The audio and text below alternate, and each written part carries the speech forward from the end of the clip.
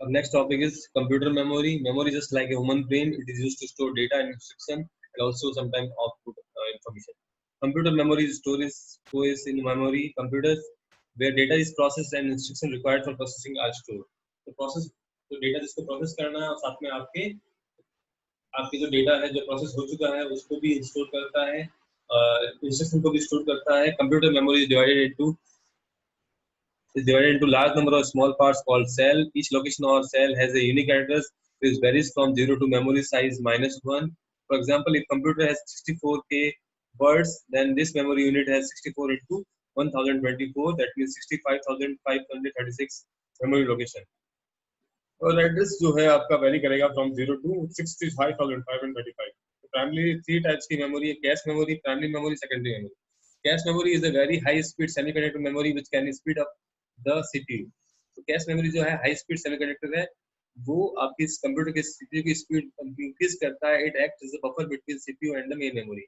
अब क्या यहाँ पे कि दो डिवाइसेस है कंप्यूटर के अंदर, वो जैसे हार्ड डिस्क की बात करें, रैम की बात करें और सीपीयू के अंदर जो कोई मेमोरी है, स्मॉल रजिस्टर्स लगे हुए हैं, उनकी जो स्पीड है उनमें डिफरेंस है. हार्ड डिस्क की मेमोरी की जो स्पीड है हार्ड डिस्क की वो स्लो है सेकेंडरी डिवाइसेस की. सेकंड जो आपके मेमोरी डिवाइसेस हैं रैम, उसकी स्पीड थोड़ी फास्टेस्ट है, बट सीपीयू की जो रजिस्टर स्लो है.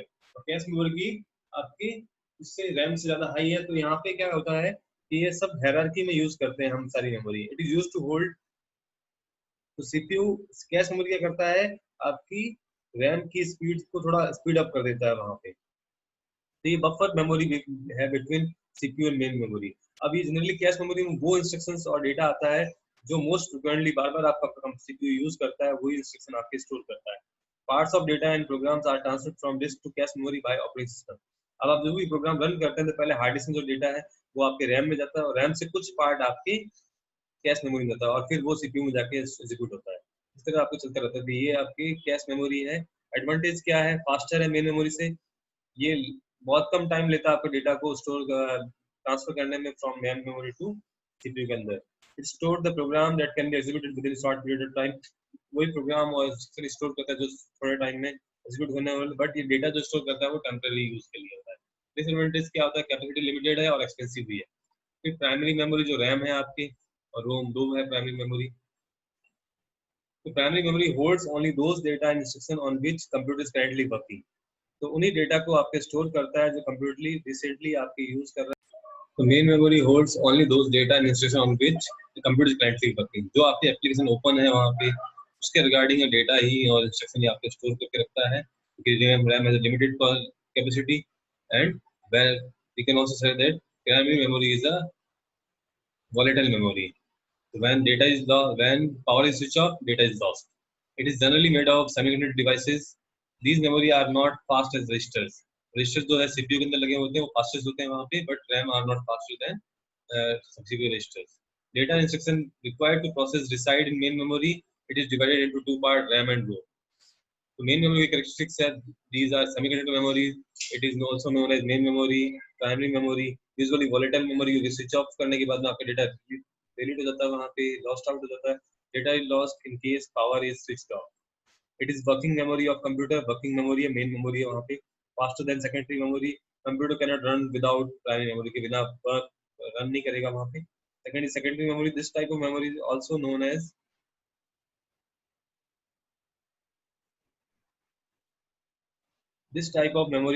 एज एक्सटर्नल मेमोरी और नॉन वोलेटाइल. क्योंकि यहाँ पे जो डेटा है वो आपके लॉस नहीं होता कंप्यूटर ऑफ होने के लिए, स्विच ऑफ होने के लिए. इट इज स्लोअर है but then memory, primary memory. This is permanent memory के परमानेंटली डेटा को स्टोर करता है, बट जो प्राइमरी मेमोरी थी टेम्परेरी डेटा को स्टोर करती है. तो they are used for storing data information permanently. CPU directly does not access this memory. CPU directly secondary memory को यूज नहीं करता है, बट प्राइमरी मेमोरी को सीपीयू डायरेक्टली यूज कर सकता है वहाँ पे. सेकेंडरी मेमोरी केस में क्या होता है, सेकेंडरी मेमोरी से डेटा आपकी मेन मेमोरी में जाता है, प्राइमरी मेमोरी में, एंड देन आपका सीपीयू यूज करता है.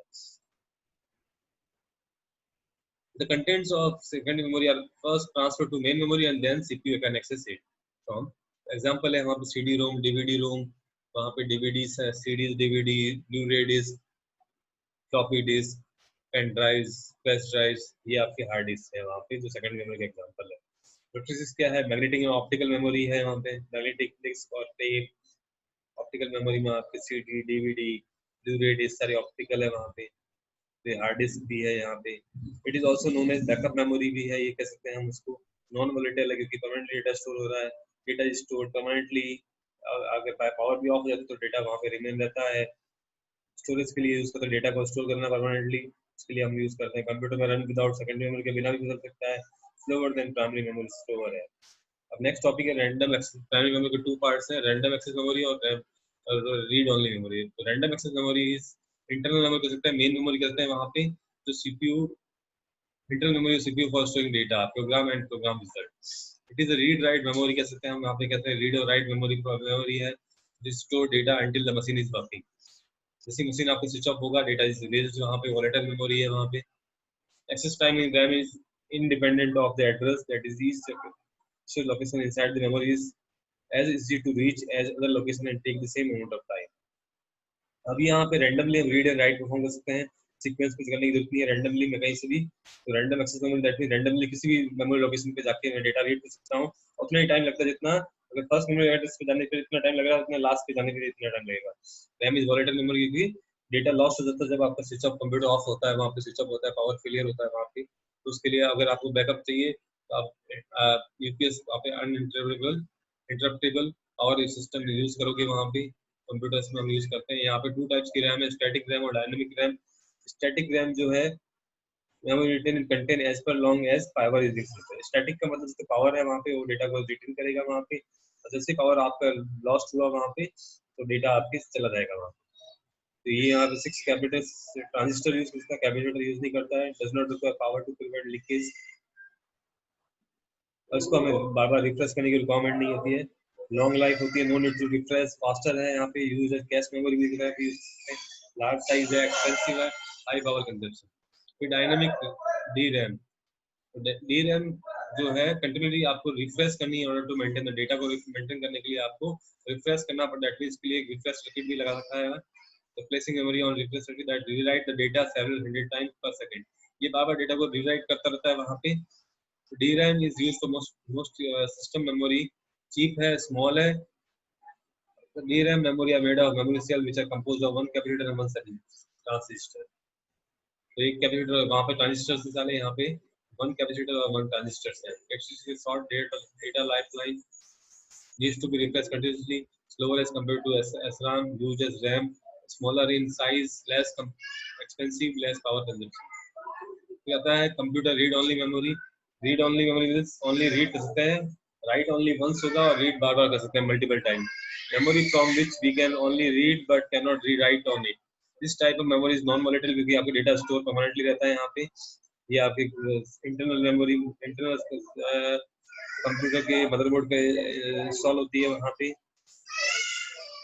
ये आपके जनरली कुछ इंस्ट्रक्शन जो है कंप्यूटर को स्टार्ट करने के लिए चाहिए इंस्ट्रक्शन, उनको परमानेंटली स्टोर करके रखता है। जो ऑपरेशन उसको बोला जाता है बूटस्ट्रैप ऑपरेशन। कंप्यूटर कहाँ से फर्स्ट टाइम कंप्यूटर स्टार्ट करते हो तो कैसे कहाँ से स्टार्ट होगा, कौन से प्रोग्राम को रन करेगा, तो वो इंस्ट्रक्शन आपके रीड ओनली मेमोरी में होता है। तो ROM chips are not only used in computer but also used in electronic devices that microwave oven, washing machine, इनमें भी यूज आता है। जो कुछ इंस्ट्रक्शन जो बार बार आपको यूज करने हैं वो रोम में स्टोर्ड होते हैं, क्योंकि रैम से तो आपका डेटा लॉस्ट हो जाता है वहाँ पे कंप्यूटर ऑफ होने पे। तो यहाँ पे ROM, mask ROM, the very first ROM और hardwired ROM devices that contain a pre-programmed set of data or instruction. These kind of ROMs are known as mask ROM। तो मास्क रोम जो थी पहले जो स्टार्टिंग में आई वहाँ पे उसमें कुछ सेट ऑफ इंस्ट्रक्शन पहले से डेटा और सेट ऑफ इंस्ट्रक्शन गिवन होते हैं वहाँ पे, और जो फंक्शन आप परफॉर्म करते हैं उसके अकॉर्डिंग वो वर्क करता है वहाँ पे। वॉशिंग मशीन में देखते हैं कुछ पहले से फिक्स्ड बटन लगे होते हैं, उनको क्लिक करने पे आपके प्रोग्राम रन करते हैं। देन वो वॉशिंग करना है, वॉशिंग में बहुत टाइप होती है, 5 मिनट्स के लिए हार्ड वॉशिंग, सॉफ्ट वॉशिंग जो भी है क्लोथ, कॉटन क्लोथ्स के लिए करना है तो वो। फिर programming read only memory, programmer read only memory that can be modified only once by user. User इसको एक बार आपके मॉडिफाई कर सकता है। The user buys a blank PROM and enter the desired data content using a PROM program. तो वो buyer एक बार परचेज करता है, एक बार उसको राइट करता है, उसके बाद में उसको यूज कर सकता है। स्मॉल फ्यूचर्स होते हैं which are burned open during programming। It can be programmed only once, it is not erasable। अब erasable programmable read only memory EPROM वहाँ पे आई। EPROM में क्या था, अल्ट्रा वायलेट लाइट को यूज करते हैं to erase the data.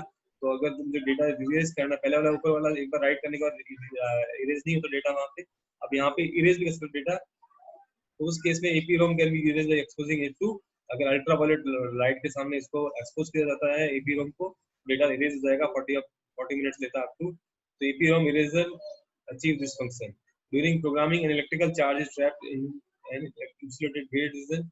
The charge is written for more than 10 years because the charge has no leakage path. So in this charge, ultraviolet light is passed through the quartz crystal window. फिर आया double EPROM, electrical erasable program. वहाँ पे ultraviolet light use कर रहे थे, raise use कर रहे थे इरेज करने के लिए, यहाँ पे इलेक्ट्रिकल सिग्नल यूज करेंगे डेटा को इरेज करने के लिए। यहाँ पे एडवांटेज रोम के नॉन वोलेटाइल होते हैं, परमानेंटली डेटा स्टोर करता है, can not be accidentally change नहीं होगा डेटा वहाँ पे, चीपर देन रैम, से सस्ता है वहाँ पे, easy to test, more reliable than RAM, क्योंकि डेटा वहाँ पे परमानेंटली स्टोर हो रहा है, static and does not require refreshing. Static क्योंकि डेटा एक बार स्टोर हो गया उसके अंदर आपको रिफ्रेश करने की जरूरत ही नहीं है। Content are always known and can be verified. तो ये आज के लिए इतना ही। Have a nice day, good bye.